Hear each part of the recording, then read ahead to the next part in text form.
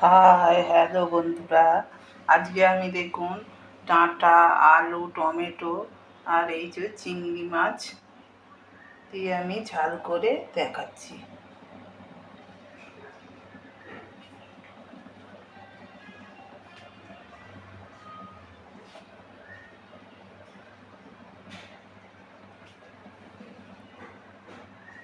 তেল গরম হয়ে গেছে, আমি প্রথমে এই চিংড়ি মাছগুলো ভেজে নিচ্ছি। অল্প হালকাভাবে ভেজে তুলে নেব।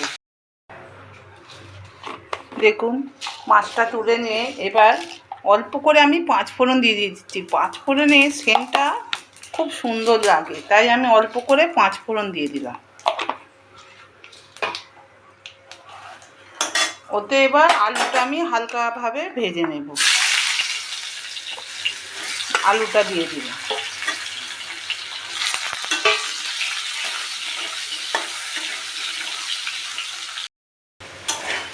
দেখুন আলুটা ভাজা হয়ে গেছে, এবার আমি সব মশলাটা দিয়ে দেব।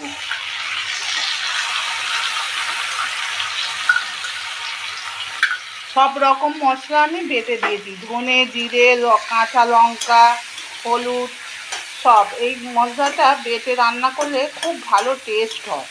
ওই জন্যে এটা একটু মাখা মাখা ঝোল ঝোল মতো করব। এই দিয়ে আপনাদের ভাত খাওয়া হয়ে যাবে, একবার করে দেখবেন, খুব ভালো লাগবে।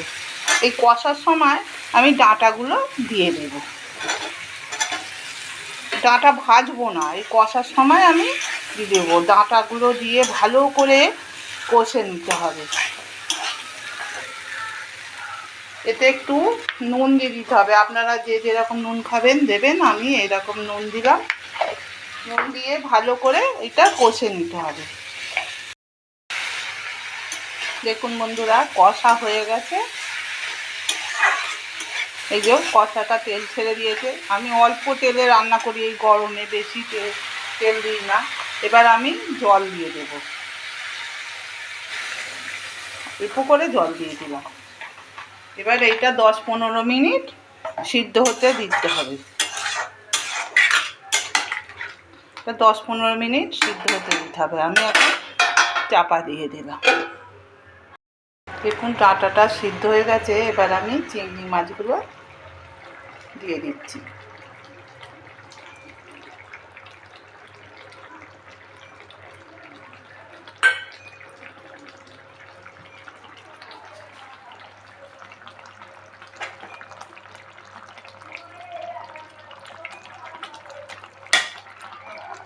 এইভাবে দিয়ে 5 মিনিট রেখে দিতে হবে। দেখুন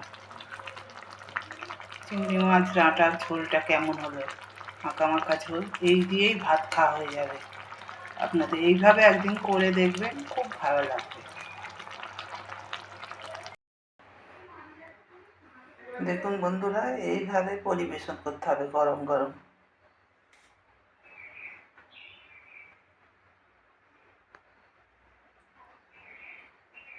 চিংড়ি মাছের ঝোল দিয়ে